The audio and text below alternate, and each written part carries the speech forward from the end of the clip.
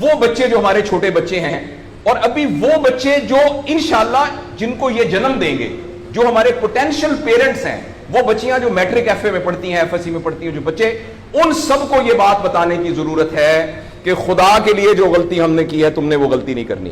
اپنے value system کو ٹھیک کرنا ہے.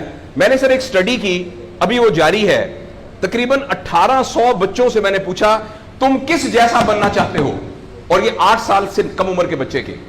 آپ یقین کریں بچوں نے جو کہا وہ یہ کہا میں میسی کی طرح بننا چاہتا ہوں جو فٹ بالر ہے, کسی نے کہا میں عاطف اسلم کی طرح بننا چاہتا ہوں, کسی نے انڈیا کے اداروں کا نام لیا, کسی نے نہیں کہا میں ابو بکر کی طرح بننا چاہتا ہوں, کسی نے نہیں کہا میں حضرت علی کی طرح بننا چاہتا ہوں, کسی نے نہیں کہا میں قائد اعظم کی طرح بننا چاہتا ہوں, کسی نے نہیں کہا میں عبدالستار ریدی کی طرح بننا چاہتا ہوں. ایک بچی نے صرف کہا کہ میں حضرت فاطمہ کی طرح. میں نے اپنے یوٹیوب چینل پہ اس کا بچی کا انٹرویو لایا, چھوٹی سی بچی نے کہا میں پارک میں پھر رہی تھی, میں نے کہا بیٹا تم کیا بننا چاہتی ہو, کہتی میں حضرت فاطمہ کی طرح بننا چاہتی ہوں. تو میرے دوستو ہم نے اپنے بچوں کے رول ماڈل ہی غلط کر دیے ہیں.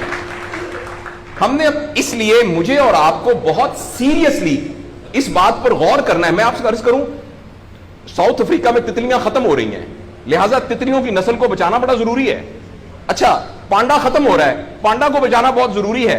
انسان پانڈا اور تتلیاں نہیں ہیں, انسان ختم نہیں ہو رہا ہے, انسان کا بچانا کوئی اتنا ضروری نہیں ہے, وہ پانڈا نہیں ہے. اس لیے اگر ہم اپنے بچوں کو یہ رول ماڈل نہیں دے سکتے تو مہربانی کر کے بچے نہ پیدا کریں.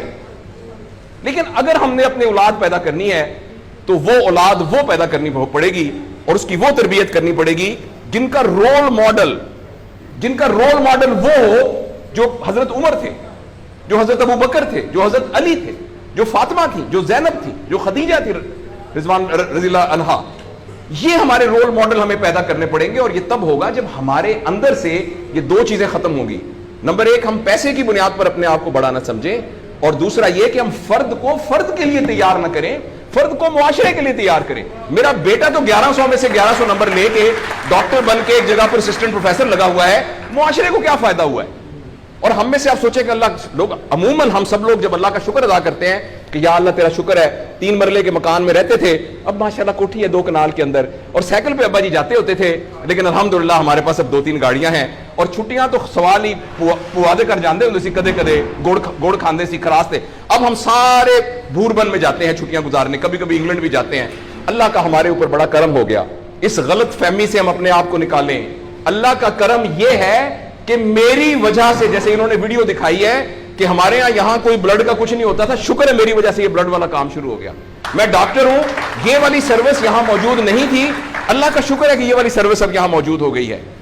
اللہ کا شکر ہے یہ ہو رہا ہے. سروس اورینٹڈ جب تک ہم اپنے بچوں کو نہیں ڈیولپ کریں گے, اس وقت تک میں آپ کو بہت دکھ سے اعلان کرتا ہوں, بڑی ہی تکلیف کے ساتھ, میں بہت آپٹمسٹ آدمی ہوں, میں یونیورسٹیوں میں جاتا ہوں, کالج میں جاتا ہوں, بچوں سے بات کرتا ہوں, اگر ہم نے اگلے فوری طور پر اپنے بچوں کی تربیت پہ توجہ نہ دی, اگلے 10 سال میں ایک ایسی نسل آنے والی ہے جن کو چائلڈہڈ ڈپریشن ہوگی, جن کو سوئسائڈل تھاٹس آئیں گے, جن کی سیکسول ٹریننگ بہت بری ہوگی, اور جن کے اندر ریلیشن شپ پرابلمز ہوں گے, اور یہ ہونے والا ہے, ہماری آنکھوں کے سامنے ہونے والا ہے.